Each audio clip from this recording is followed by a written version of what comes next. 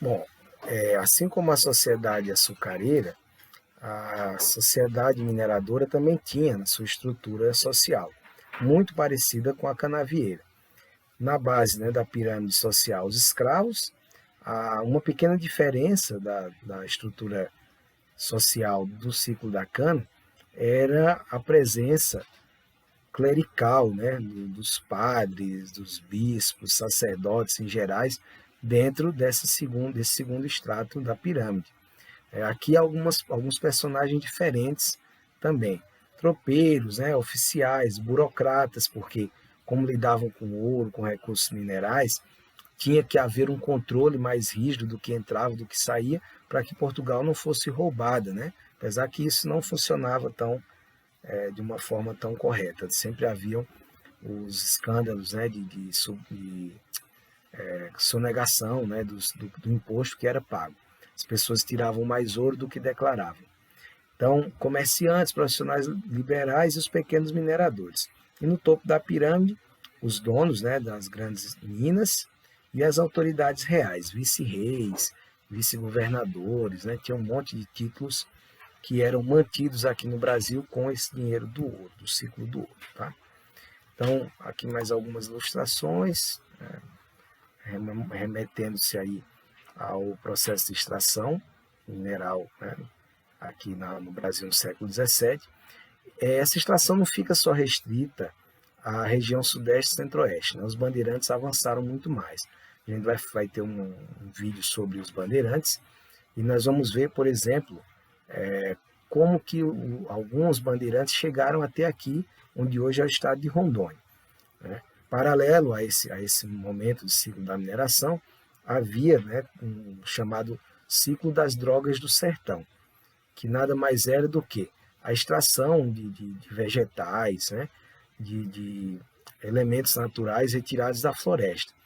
A Europa ela pagava muito caro pelas especiarias que vinham do Oriente, né? Pimenta do reino, gengibre, baunilha, enfim, coisas que eram usadas principalmente para temperar alimentos e conservar alimentos. Então, os portugueses também exploravam isso aqui na nossa região.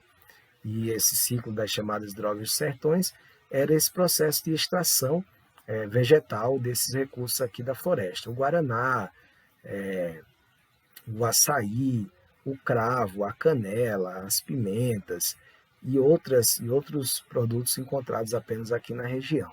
Então isso fez com que também houvesse uma procura de ouro aqui na região norte. Como era uma região muito erma, né, pouco habitada por elementos da coroa, né, então isso dificulta o processo de extração mineral aqui. Porém, o século XVII marca essa procura por ouro aqui na região do Vale do Guaporé. No momento que a gente for discutir um pouco mais sobre geografia de Rondônia, a gente vai ver que essa herança, principalmente, ela foi deixada nas comunidades quilombolas que ali existem. Tá?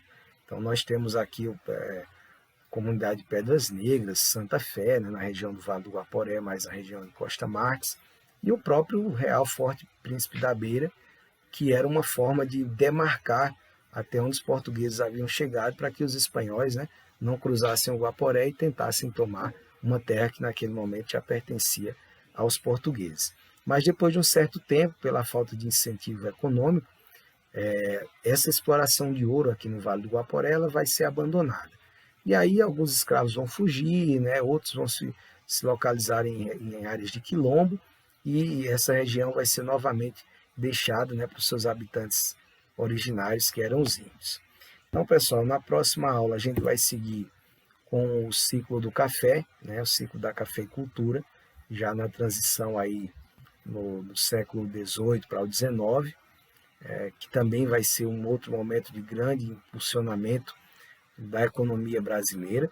E é nesse momento que a gente vai entender essa transição de Brasil colônia para Brasil império, né, o processo de independência do Brasil e a chegada de novas ondas de imigração, a abolição da escravatura, né, a Lei Áurea, outras leis que vieram antes da Lei Áurea, Lei Eusébio de Queiroz, Lei do Ventre Livre, Lei do Sexagenário, até chegar à Lei Áurea. A própria Lei de Terras, né, que vocês vão estudar também na disciplina que vocês têm sobre legislação, né, agrícola, acho que ambiental, coisa desse tipo, e que vai também criar uma nova estrutura fundiária no Brasil, proibindo, né, aos negros, e não só aos negros, mas a terra não podia mais ser dada, ela tinha que ser vendida. Né? Então, isso você manter uma estrutura fundiária diferente. Então, todos esses processos a gente vai ver durante a aula sobre o ciclo do café. Tá? Então, por aí, a gente para aqui no ciclo da mineração, depois vamos ver o ciclo da cafeicultura, ciclo do algodão e falar, né, de maneira mais sucinta sobre o ciclo da agricultura e pecuária no Brasil contemporâneo. Por que de maneira sucinta? Porque no terceiro e quarto bimestre nós vamos trabalhar com a agropecuária no Brasil. E aí nós vamos rememorar todo esse processo novamente. Por isso que agora é de forma mais sucinta.